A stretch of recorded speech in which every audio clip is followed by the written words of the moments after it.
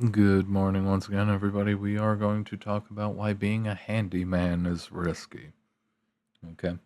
Now, there's actually a lot to this, and I'm going to have to drop down to the notes. So when you see my eyes dropping, I'm just looking at a note card, I assure you. Um, let's get started.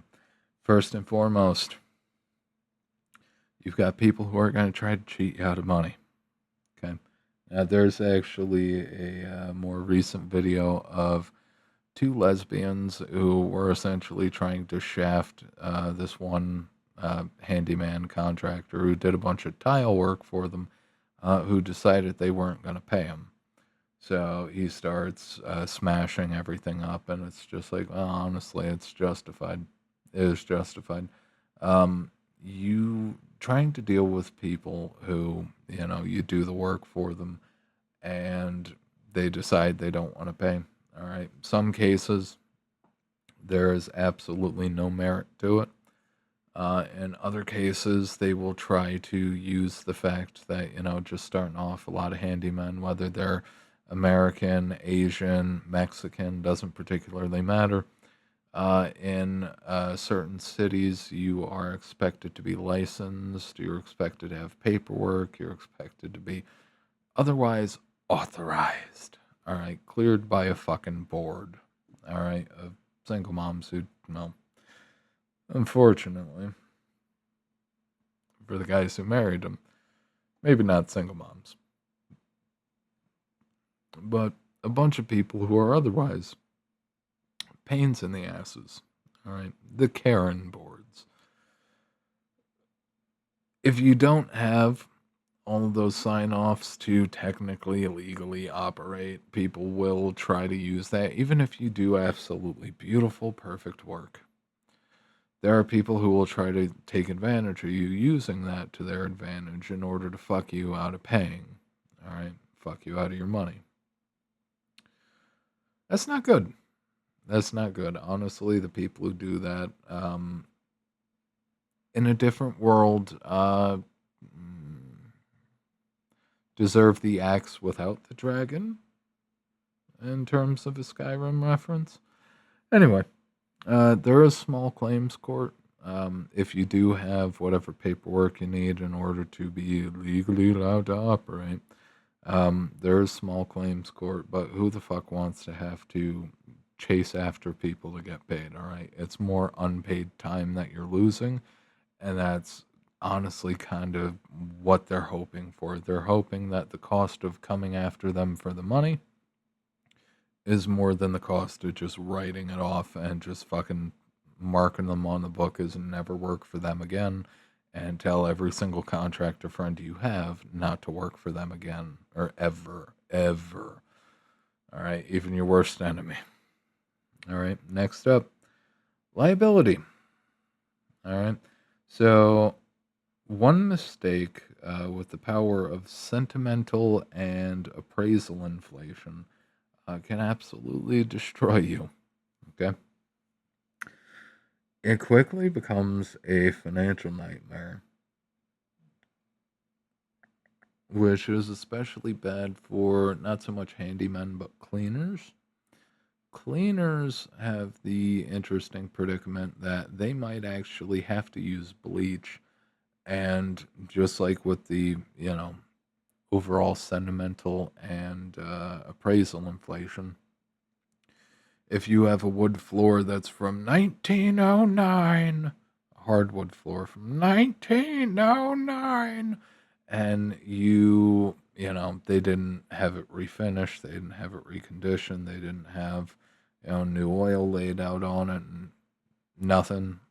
They just let it be as is. They of course just had that contractor on the line, and you drop a cleaning chemical, and all of a sudden the 1909 floor is fucking destroyed, and then a minor problem becomes a gigantic one because that floor will never be the same again, child. People suck. All right, this is why, there's quite a few influencers out there, quite a few people out there who are like, why the hell don't kids mow lawns anymore? All right. Honestly, it's too risky. It doesn't pay enough. It's fucking risky unless you can, develop, get real big real quick. Um, the amount of bullshit that you have to deal with some people is it costs more than you'd ever make. All right. When you legitimately, if you're a kid and you have to think about, well, fuck, what kind of liability insurance do I have to mow a lawn like that? It killed it. It fucking killed it. Okay. Oh, planned obsolescence. This is another one. This is specifically for the handymen and the small machine shops, but we'll get there. Um, a lot of things just aren't repairable anymore. All right. Parts costs more than the new machines. Even oh hell, give me just a moment. Parts costs even with okay, parts cost more than new machines. Even the individual parts now are increasingly software paired. I forget the one creator's name, but he did mention. Mm, oh, his oven failed. I forget if it was his range or it doesn't matter, but his oven failed before Thanksgiving, and they software paired it by color, which is even better. So, in order to replace just the cooktop or whatever, he legitimately had to wait until the specific color was in stock, so he wouldn't have to completely, replace the machine entirely. Okay. The fact that cars are largely software paired, when you think about modern cars, they will literally pair every single part possible, all right, with all the sensors and the gigantic spider web of networking. They will legitimately try to software pair every single individual part of the fucking car. So anything beyond an oil change and an air filter, it needs to go to the dealership. This is increasingly happening with ovens, basic shit. Basic shit. Oh my god, God forbid you work on your own fucking washing machine. I fixed a couple. I know anybody who's tried to learn other things have had to fix a couple. All right. Increasingly, you can't do that shit no more. All right.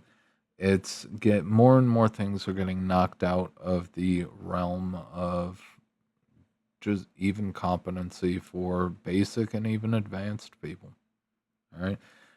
With the way things are going, jumping over to cars, even though it doesn't necessarily apply to handymen specifically, but dealing with the cars on their own. I mean, shit, how many different trades are you going to need to keep one car on the road? All right. You're going to need an electrician, a specialized battery tech. You're going to need different specialties of mechanics. All right. Because that's where things are going. You're going to need 10 different mechanics to touch one car versus just having one do the fucking work and woo, it's on the fucking road. It's a shit show. It's a mess. It's not getting any easier. Uh, Repair only makes sense where the parts and the labor are going to be cheaper than replacing the machine. And even then, honestly, it can go either way. Because if the cost is close enough to people getting a new machine, they might just opt to get the new machine because new features. Don't don't do the features. Don't. It's a fucking trap. It's a trap. It's always a trap. Oh, look at this. A washing machine with a screen in it. Oh, nothing bad could happen from this. Here's your new free ad catalog that you have to watch every single time.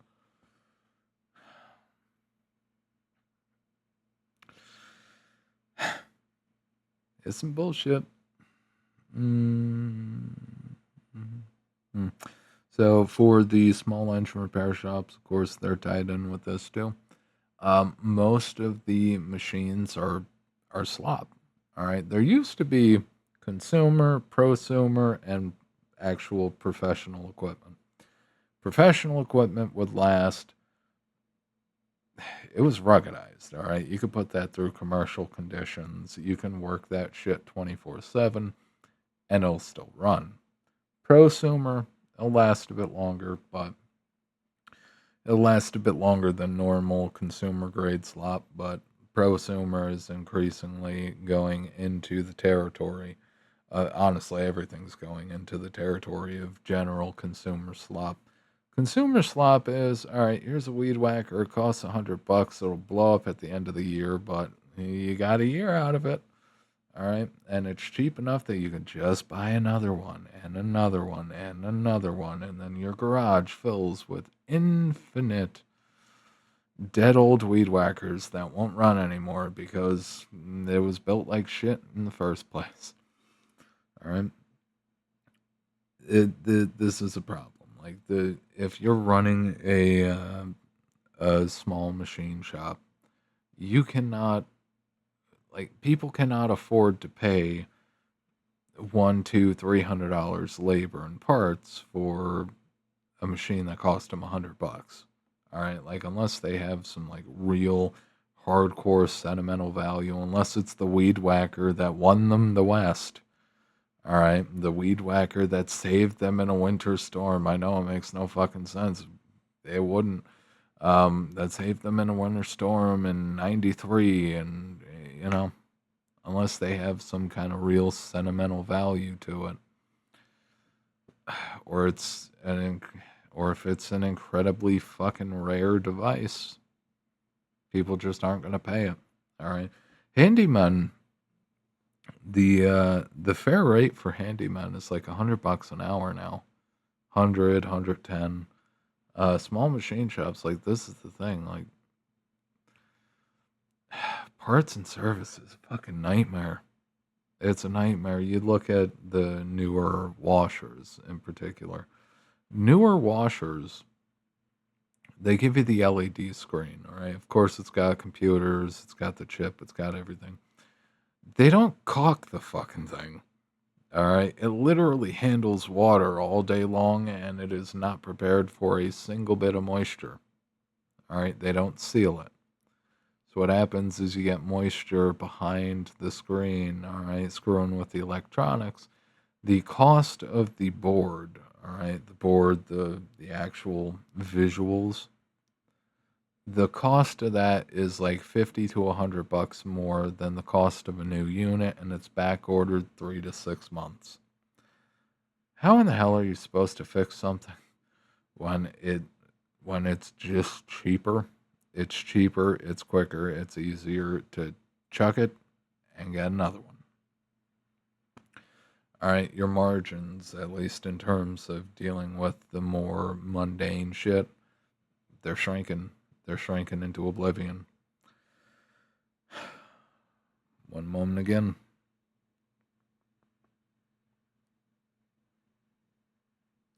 So, the consumer side of the failure prone slop, we'll touch on this again. Consumers buy in two categories, generally cheap and reliable. Okay? Cheap is always there, and most people don't necessarily know any better. Most people don't go out of their way to know any better. They're just looking for. Everybody knows the dollar store brooms where it was that structured tin handle. All right, and no matter what, the head of the brush would survive, but the tin tube would crumple damn near instantly if you put a little too much weight on it at one time, like probably less than 2 pounds. All right, it would fold, and then you just have a completely shot broom. That's the quality that people are buying. All right, it wouldn't be worth fixing. It'd never be worth fixing. Honestly, you'd probably want to throw it in a Mountain Doom and forget that you paid 50 fucking bucks for it, or $100 or $200.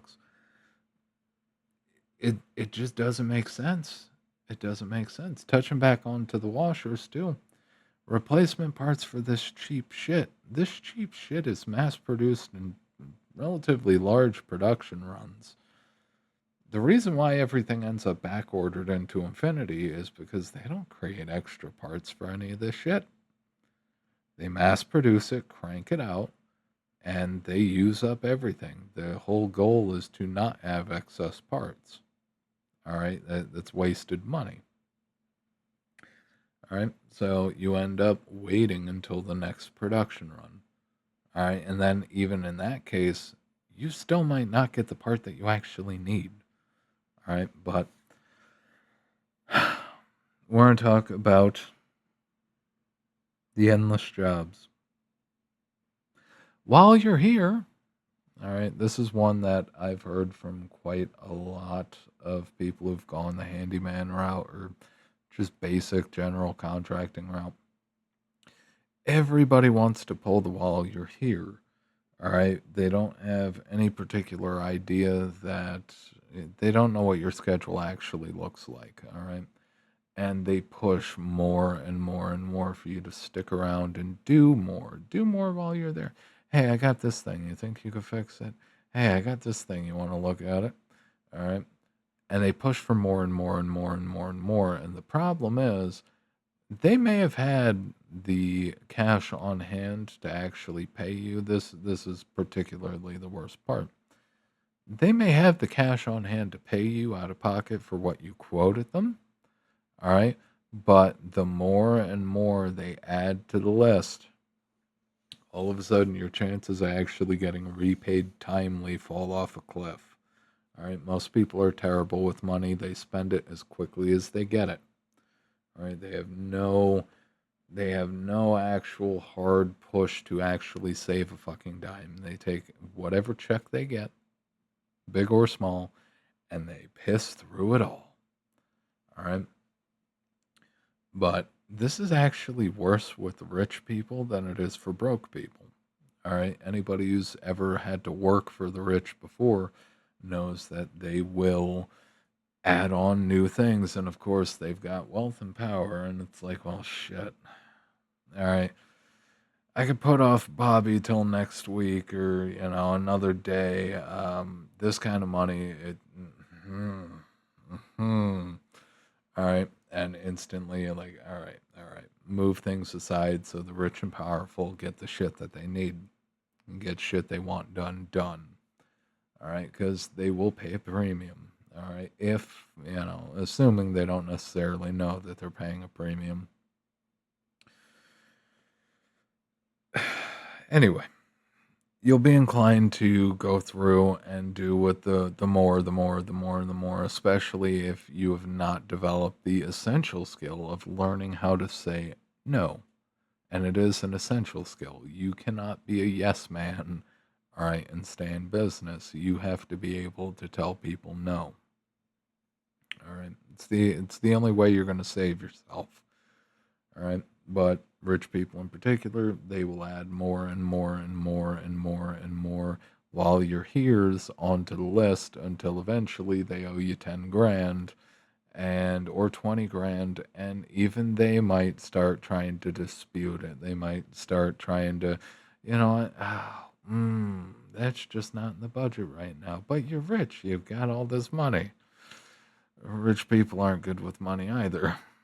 All right, I know, it sounds ridiculous, but the majority of money that rich people spend is spent trying to create the illusion that they're still rich. Most of them, truly rich people, drive Ford Fiestas.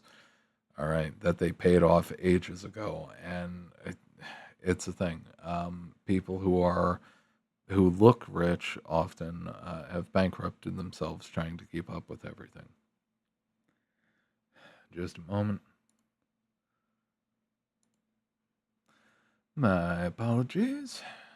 All right, and boom. And we're back.